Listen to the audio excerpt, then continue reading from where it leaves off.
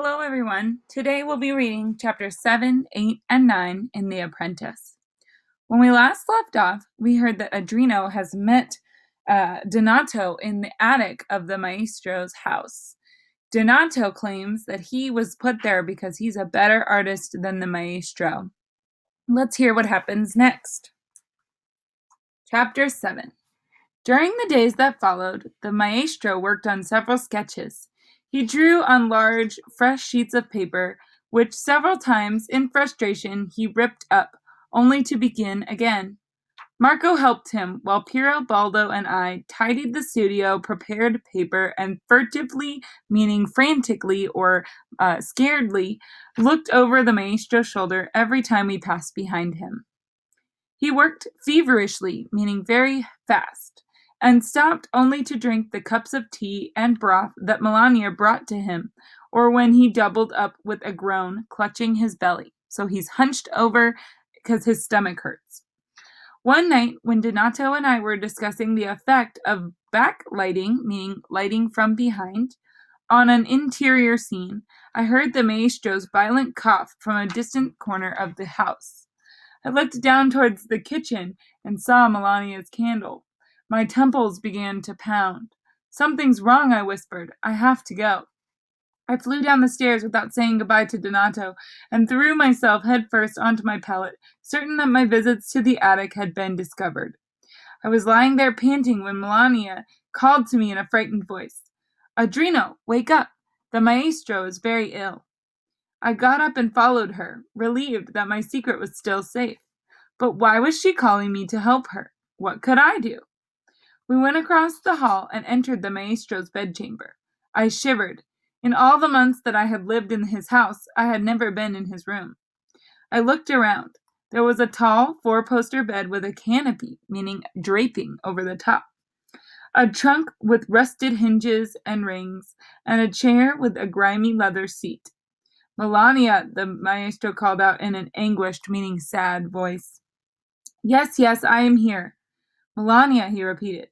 Slowly, I moved closer to the bed. The maestro's pale face was surrounded by cobwebs of gray hair. His forehead was beaded with sweat. "Here," Melania said brusquely, meaning angry. She held a rusty pan towards me. I took it, but I didn't act quickly enough. The maestro suddenly sat up, threw his head forward, and vomited. I felt the room spin around me. I was overwhelmed by nausea, which means he wants to throw up too. "Hold the pan steady," Melania yelled. "Can't you see he is making a mess everywhere?" "What do you want me to do?" "What do you think I want you to do? Make sure he vomits in the pan." It wasn't easy. The maestro moved from side to side in his bed, and I could hardly breathe, much less watch what I was doing. Although only minutes had passed, it seemed like I spent my whole life next to that bed. Melania stripped the soiled blanket from the bed and took the pan from my hands. The maestro was covered only by a thin sheet. "Adrino, you must go for the doctor," she said. "The doctor? Why me? I don't know where he lives, and besides, I'm all wet and dirty," I protested. I thought of all her stories of dangerous criminals who wandered the streets. "Come with me," she said, and we headed back to the kitchen. She set the pan on the floor, then took a rag from a hook near by the hearth and began to wipe me off. "You'll have time to wash later," she said. Then she lowered her voice. "The maestro is very ill. The doctor has got to see him. I'll tell you how to find his house." "What about the other boys?" I asked. "Marco is the oldest. Make him go." "Marco won't go, and he doesn't have to. He has a special contract," she said as we walked down the corridor. "Piero is so delicate, and I don't dare send him anywhere. And Baldo, well, Baldo never does anything right." "But you are the most intelligent and the most sensible," Melania said, resting her hand on my shoulder. I didn't say anything more, feeling both fear and pride. "Go outside and turn right. Keep going until you get to a square with a statue of St. Francis. There you'll see 3 streets. Take the one on the far left, the narrowest one. The doctor lives in the second house on the right. You'll recognize his door easily because the knocker is in the shape of a fleur-de-lis. It's a type of flower. It's the symbol of Florence. But Ask for the doctor. His name is Minatone. Tell him that Maestro is very ill. He'll come running. They're good friends." "But I can't," I stammered.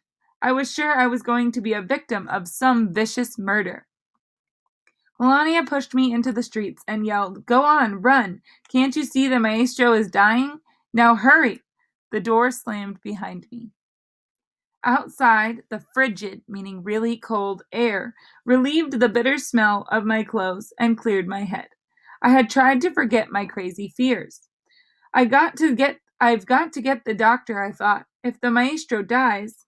As soon as I thought it, I felt rotten and selfish again. Did I care about the Maestro's health only in terms of how it would affect my future? This could be my chance to help Donato. But what if the Maestro did die because I hadn't brought the doctor? As despicable, meaning bad and angry, as he was, I would have to live with the knowledge for the rest of my life. It was a choice between one man's imprisonment and another man's death. Tonight, I would have to follow Melania's instructions. As I made my way down the street, I felt along the wall for a sense of security, touching rough stones, bricks, wooden doors, and moldy bell pulls.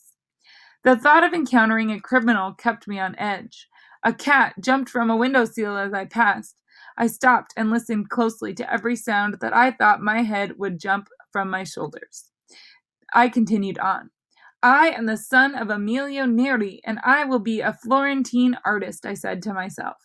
Repeating those words gave me a sense of courage as I made my way into the night. When the wall ended, I had reached a corner, but the square was dark and I couldn't see any statue. I hesitated and looked around. To my left, I saw a tiny ray of light that shone out of a shutter. It was far away, at the end of a street. I hoped this was the street on the left that Melania told me to look for. I couldn't see whether there were two streets to the right of it. At that moment, I felt the safest thing was to go towards the light. I left the wall and crossed the square slowly so I wouldn't trip. Just before I reached the other side, I heard a splash and felt cold water fill my shoe. I had stepped in a puddle. The cold water felt as though it would cut through my leg. I stumbled the rest of the way across the square and leaned against the wall to empty my shoe. Why would I have to put up with this? I thought with anger. My father pays good money for the Maestro to teach me to paint, not for me to sleep on the floor and to eat terrible food and to go out in the middle of the night frozen and dirty. At least my tears were hot. I thought of running away. I would go as far as I could and live the way I wanted, on my own, and even at sea with pirates. Anything would be better than this nightmare. A clock somewhere struck 1. I started down the street, still touching the walls as I went along.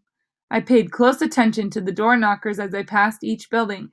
I didn't want to pass the doctor's house. 1 door, 2 windows, an empty niche, meaning a space, and finally another door. Anxiously, I peered at the knocker. It was in the shape of a fleur-de-lis, which I had drawn so many times before. Never had it seemed so lovely to me. I knocked 4 times, but no answer.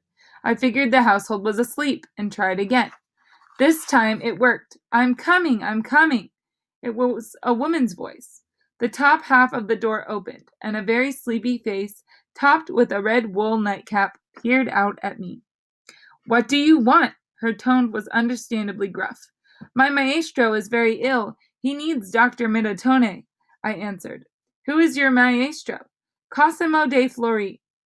"Wait here," said the woman, and she shut the door. Before long, the door opened again, and a tall, thin man, wrapped in a long cloak, stepped out. "What's wrong with Cosimo?" he asked. "I don't know, sir. He's been vomiting. His stomach hurts. He coughs a lot." The doctor went back inside to get a lantern. When he returned, we started back towards the Maestro's house.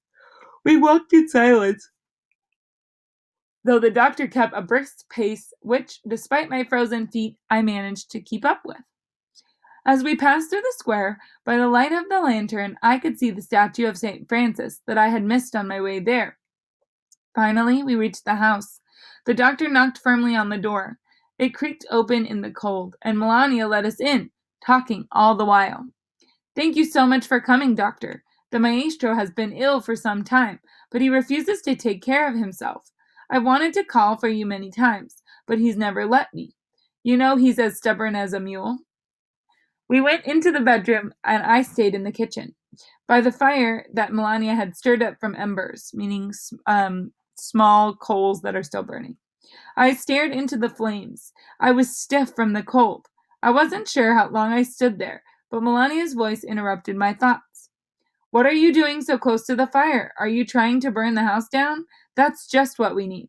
I looked at her. She was red and out of breath. "Where is the doctor?" I asked. "He left a few minutes ago." How long had I been standing there? "What's wrong with the maestro?" "Well, Dr. Minatone says the maestro's stomach is blocked and half rotten. He'll have to stay in bed and eat lots of vegetables for a while."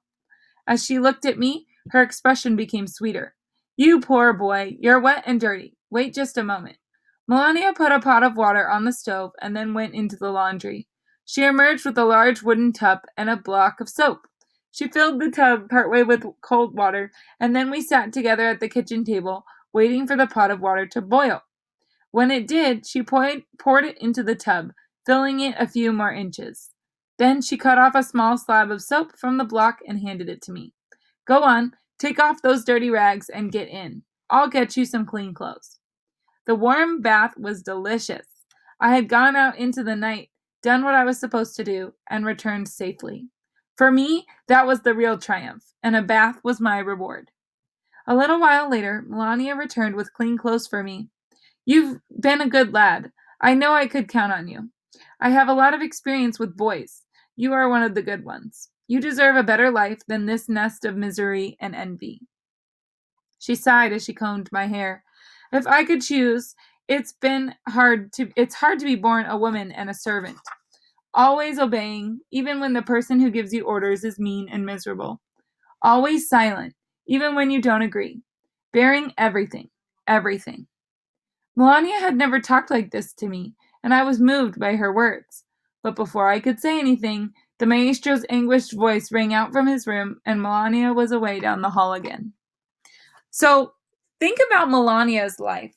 How is she doing in this household? We focused a lot on Adrino and the boys, but what is Melania's life like? Is it a positive one? Is it a negative one? Let's go on to chapter 8. Chapter 8. The maestro continued sketching from his bed, but his hands were shaky, and his vision betrayed the lines that he saw in his mind's eye. Day after day, his condition got worse. Even his yelling grew weaker. One morning, after working for hours, with everyone coming and going between the studio and the bedroom with paper, pencils, easel, and supports, the maestro gave up on drawing. Marco and I witnessed it from his bedside. "It's impossible, impossible. I'll never finish it," he said. "The Duke will be so disappointed in me. My God, commissions like this one are few and far between. And now, his voice came to a choking halt, and he leaned back on his pillows. I looked at his sketch. Most of it was a mess. There were only 2 partially completed figures. The maestro had barely begun. "Maestro, maestro," whispered Marco. I ran back to the studio to tell the other boys. "If there's no work and the maestro can't teach, what will become of us?" said Baldo, nibbling the heel of a loaf of bread, so the last piece of bread on the loaf. "It's not just the money," explained Piero. "It's a loss of prestige, meaning respect, too. A well-executed, meaning well done, commission brings in more commissions. It's like a chain." Baldo stopped eating. "I'll tell you what I think will become of us. Our lives will be ruined. If we don't finish our apprenticeships, the time we've spent here won't count for anything. We'll all have to start over. We'll all run away first, before anyone can force me to return home." Baldo's words of doom had a silencing effect on all of us. Even if he was exaggerating, there was some truth to what he had said. Later, when I went into the bedroom with new candles, Marco was there trying to finish the drawing to the maestro's impatient instructions. "Make that form a little rounder. The curve of the head should harmonize with the lines of the back of the legs. No, not like that. You don't understand anything, Margot. I don't know what I'm going to do with you. You've been here for so long, yet every day it seems you know less. Maestro, I am doing my best, Margot said in a quavering voice. If you're not even capable of doing a sketch according to my instructions, how are you going to do the fresco? It's impossible. Impossible. It would be better for me to send a message to the Duke right now so that he can give the commission to another painter. My God, I can't believe it's come to that. Cosmo de Fleury turning down a commission. Marco fell to his knees next to the bed and buried his face in the covers. He began crying and hiccuping. As I stood in the doorway, I got up my nerve to say something. Why don't you hire a specialist? A specialist, howled the maestro. A specialist in what? Every aspect of painting? It wouldn't be my studio's work then. It would be a stranger's work. It wouldn't even have my style or my color. No, I'd rather give up the commission than make this shameful mess any better. And with a quick movement, he pulled the covers up to his chin and turned to face the wall. Marco jumped up and ran out. For some minutes, the only sound was the sputtering of candles, off in the distance, Marco sobbing. I was still standing in the doorway. Suddenly, I had an idea that made my head spin at the same time, seemed extraordinarily perfect. It could be the solution to the maestro's desperate situation, which affected us all, but most importantly, it might be the one way I could really help Donato. The only problem was how to put my idea into words. Maestro, I said quietly. A little groan came from the blankets. I think I have an idea that could save the commission. The candle flames seemed to dance before my eyes. What is it? He said gruffly, still facing the wall. Donato, I whispered his name. Cosimo sat straight up in bed. What did you say? Where did you hear that name? His face drained of its color, with the expression so fierce that I felt the house, all of Florence, and the whole world were about to fall on my head. I kept silent, not sure of the best way to answer his question. Well, answer me. How do you know about Donato? Maestro. My voice faltered, meaning stopped. How could you? How could you know about Donato? Melania! Melania! He began to get out of bed. The servant came running.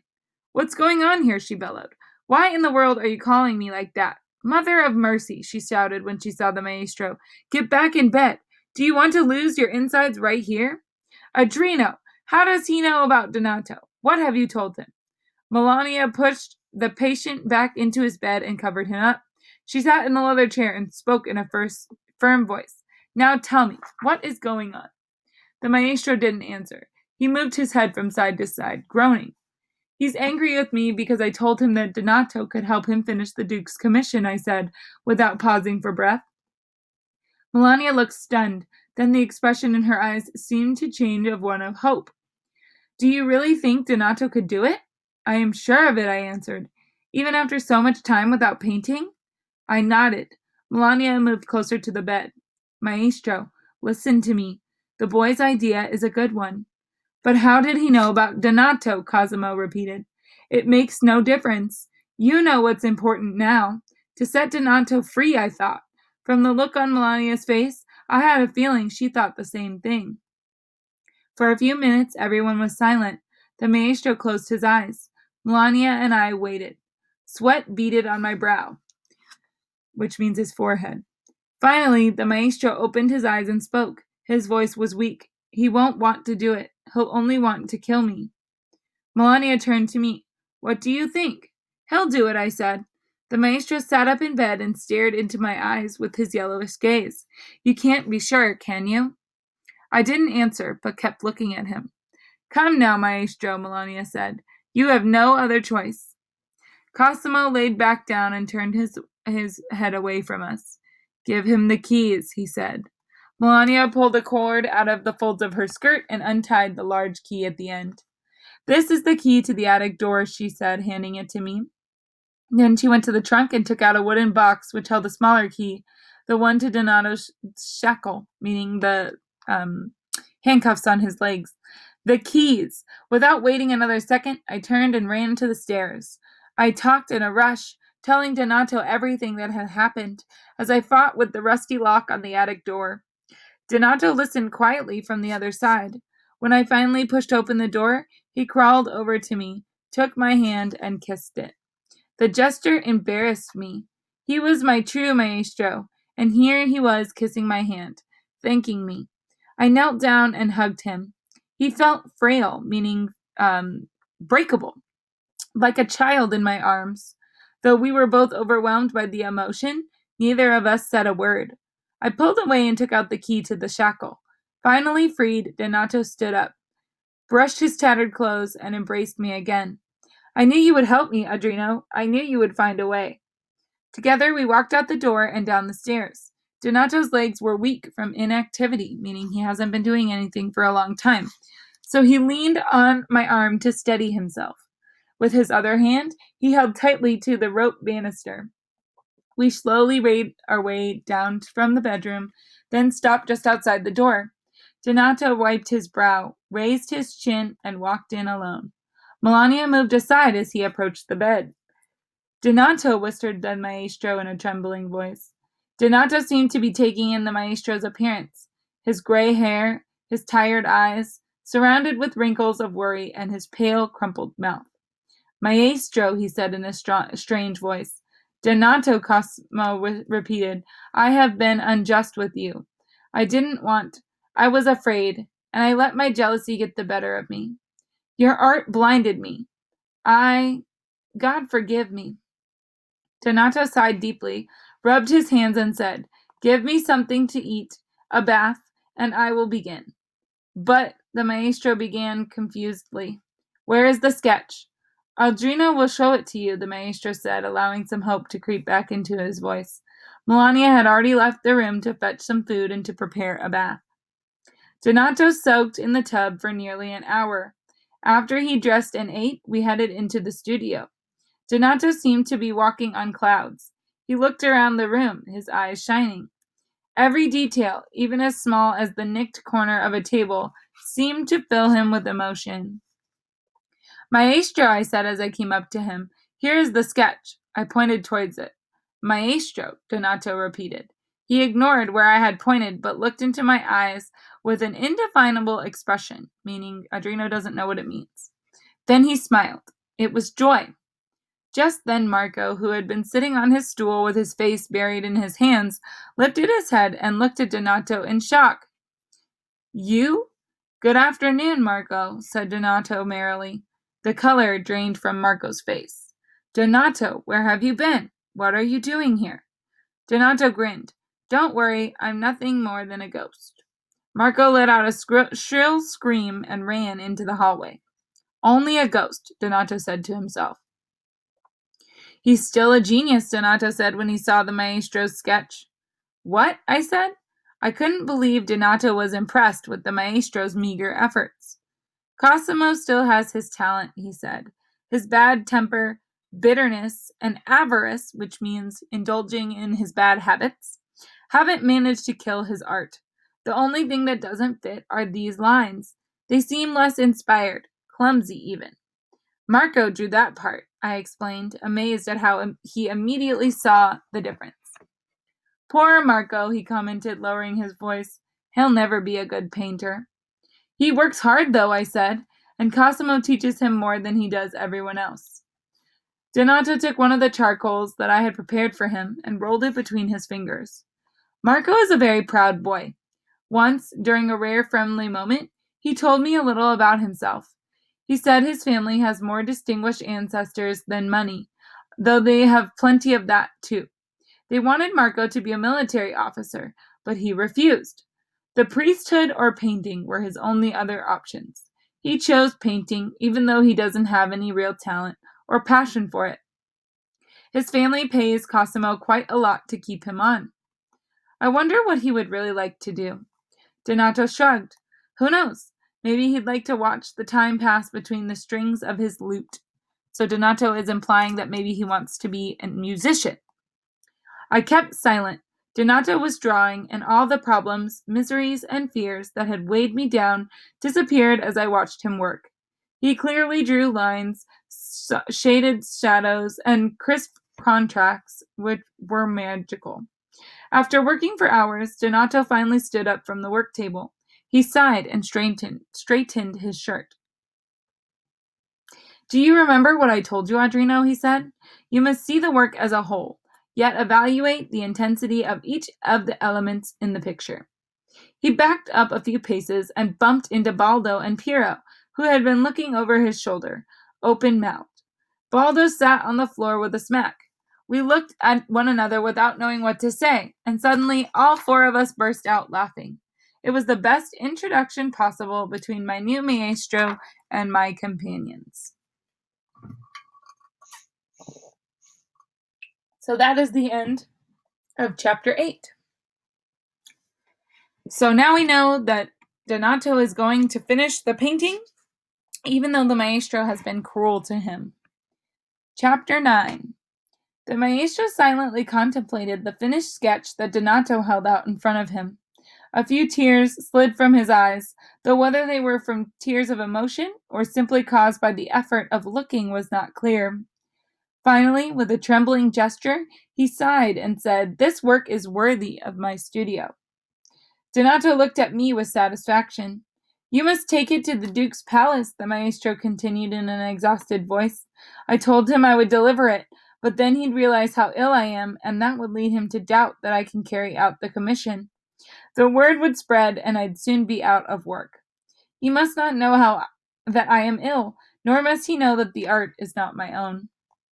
"He won't find out," said Donato, looking down. I knew that he was reluctant to, meaning he doesn't want to, lie to the Duke, but it seemed the only choice. "Melania," croaked the maestro, "where does that woman get to?" The servant arrived, shaking flour from her wrinkled skirt. "Whether ill or well, the man does nothing but insult and interrupt me," she growled. "Curses! Stop moaning and listen. Have the boys hitch the horse and the cart and wrap this sketch in cloth." Melania looked at the drawing that Donato and I held against the bed. "You are a true artist, Donato," she said softly. Come along, barked the maestro. "You're wasting time." Before Melania could disappear down the hallway, he added, "And get some clean clothes for Donato and Marco. They must make a good impression." "I'm taking Adrino with me." Donato's steady voice surprised me. He wanted me for his assistant. Though I was his friend, I was still the newest and least experienced. "Marco should be the one to go with you. He's the one that knows," began Cosimo. "I'm taking Adrino with me," Donato repeated. Cosimo shrugged his shoulders and buried himself in pillows and covers. Donato signaled to me, and we left the room, carrying the large sketch between us. "Pay my respects to the Duke," said the maestro from under his blankets. The brilliant marble entrance hall in the Duke's palace was flooded with light. We sat waiting on a soft blue velvet bench. Donato, who was dressed in black and seemed even thinner and paler because of it, was examining the perfectly proportioned arches that circled the room. The vastness, meaning how big it is, of the hall made me feel as insecure as a chick out of its nest. At the same time, I was thrilled to be exactly where I was. A boy wearing tight-fitting hose, meaning stockings, entered the room and announced the Duke, who strode in behind him. He was wearing a fur-lined robe. This one I didn't recognize as my father's work. "Well?" he asked in an indifferent tone, meaning he doesn't care. Donato spoke. "My maestro, Cosimo de Flori, sends you his respects, sir. On his behalf, we are here to present you with a sketch, which you are good enough to commission him to create." The Duke looked at Donato with interest now. "Where is the maestro?" he asked, surprised. "My maestro is old, and the winter has been a hard one, my lord. Pray forgive us and accept us as his humble ambassadors." "Show me the sketch." We uncovered the drawing and placed it in the light. The Duke looked at it for some time. "It's brilliant," he said, "just as all the works of Cosimo de Flori's hand." He looked up at Donato. "Tell your maestro I am most eager to see my chapel decorated in this marvelous theme, so beautifully recognized by his art." He then snapped his fingers, and his secretary, who must have been standing just outside the door, entered the room. The Duke spoke to him, and the secretary left. He returned a moment later with a suede pouch, tied with a silk cord. The Duke took it and held it for a moment as if weighing it. "Give this to the maestro," he said, handing the bag to Donato. "These coins are the second part of his payment, as we agreed." Donato bowed. "Thank you, my lord." "What is your name?" asked the Duke curiously.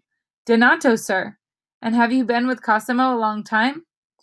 Donato smiled and answered, "An eternity, my lord." Eternity means forever. I had never been as happy as I was during the days that followed, working in the palace chapel. I loved all the jobs that I was asked to carry out. Climbing the scaffolding, meaning the ladders, preparing the smoothing the wall, studying the proportions of the original drawing and the panel, mixing the colors, scaling the drawings, tracing, perforating, meaning putting holes in. Nothing bored me. Donato had organized the work so that I would participate in all of the steps. The others helped too. Marco listened grudgingly to Donato's instructions, although Baldo and Piero obeyed the young maestro's orders without complaining. Baldo's attention was often on the windows, through which he could see cartloads of provisions, meaning food, sometimes exotic fruits and vegetables that arrived daily at the palace. I was fascinated and intimidated by the complicated technique of fresco painting, but Donato's patient instructions helped increase my confidence. The plaster must be fresh when the colors are applied. Green, violet, azure, which is blue. We matched all of the colors to the feathers of the birds that the Duke collected and kept in an enormous aviary on the palace grounds. If the plaster is dry, the paint will not take properly and will fall off in scales. The fat little terracotta cherubs near the altar laughed silently at the fawns carved at the end of the pews. You can't retouch the paint once it is dried either. It would look like a patch and be very obvious. Each day, just before sundown, we finished up what we were working on and prepared to return to the studio. Usually the 5 of us all left at the same time. On one particular afternoon, however, the Duke was coming to the chapel to check on the progress of the fresco, and Donato was to stay late. "Stay with me, Adrino," Donato said, and I had agreed. Hearing this, Marco left, slamming the chapel door behind him. Piero and Baldo had already gone back to the maestro's. While we waited, Donato and I chatted about the next day's work. Finally, the Duke of Algora arrived, along with his daughter Bianca, the betrothed. Again, the Duke asked where the maestro was, and again Donato made an excuse for him. Bianca looked like a child, with curly auburn hair braided with pearls. She glanced around with sad blue eyes. Remember, Bianca's only 14 years old, and she's about to be married because that's what her dad wants her to do.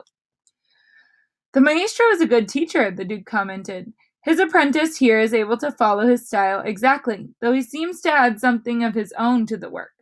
Donato looked down modestly. "Tell me, Donato, when will it be finished in time?"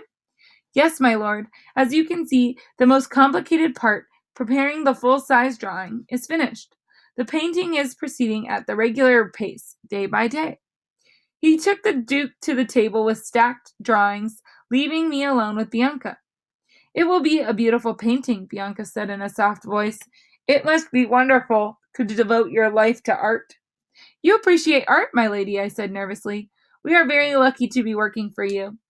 "Luck was yours at birth," she said pensively. Pensively means thinking very hard. "I beg your pardon?" She sat down on a bench, her dress of golden taffeta, which is a type of fabric, rustling around her. "You are a man. You can choose what you like. You can decide your life and your destiny. That is why you are lucky." "It is not easy to choose or to decide, my lady. One must fight and suffer to reach one's dreams." "You, at least, can choose." Remember that she's talking about the fact that because she's a girl, she is the property by law of her dad and her husband. She does not get to own any property or make her own money or have a job. She is their property and is treated as the way you would a pet, which she doesn't seem to like. Her voice was so sad that it seemed night fell more rapidly. "You are a wealthy young lady," I said, feebly trying to cheer her up. You lack for nothing, and are safe from hunger and cold and fear. Your life is peaceful." During some minutes, the only sound in the chapel was that of the sheets of paper Donato was unfolding before the Duke. "My destiny from the day I was born was marriage and motherhood," she said. "Even the choice of husband was made for me. If I had the chance, I would like to be an artist and work in a studio with a great maestro like yours and paint the things that are felt in the heart. I wish I could paint feelings." "Paint feelings?" "Yes," she said, smiling. Joy, pain, boredom, love, anger. But I am only a woman. I can only obey and dream." "But come along, Bianca," interrupted the Duke. "It's getting late." The girl stood up, nodded to me, and left the chapel, leaving only the sound of her dainty slippers behind. Donato and I returned to the house together. He was in high spirits from the Duke's favorable opinion of his work. I was so absorbed by the memory of my conversation with the Duke's daughter that I didn't notice anything strange until I went to the studio to drop off some drawings. When Marco saw me, he scurried out of the room. Baldo, who was cleaning brushes, looked at me, rolled his eyes, and made a sign, his forefinger moving across his neck. "What's wrong?" I asked him. "Adrino!" The maestro's voice echoed through the whole house. "Yes, yes," I called back, startled. "Adrino," he repeated, and my temples began to pound. I ran to his room and stood at the foot of his bed. He was sitting up, half-dressed, his eyes red with fury, meaning anger. "Yes, maestro," I said. "Maestro," he yelled. "I'm not your maestro, and I never will be again. I have had rude, stupid boys in my studio, but you are the worst of all." "What have I done?" I asked. I was bewildered by this outburst, meaning he doesn't understand what's happening. "You have the nerve to ask me? Of course, I had forgotten. You are Adrino de Emilio de Antonio Neri, Prince of Traitors." My legs were shaking, and I would have fallen to the floor if Melania's callous hands hadn't held me up. "Come along, let's go," she said. "But what have I done?" I repeated, louder. No one would answer me. I sat on the kitchen hearth next to the fire, going over everything that had happened during the day, but I couldn't think of anything that would have brought one of Maestro's fits of rage.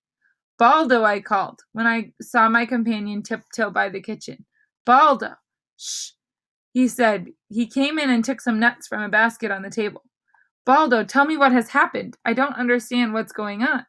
"I can't tell you." "Why not?" Baldo shrugged and tried to crack one of the nuts with his teeth. "Where is Donato?" Baldo shrugged again and ran out of the kitchen. Melania came in, looked at me, and shook her head. "Where is Donato?" I asked her.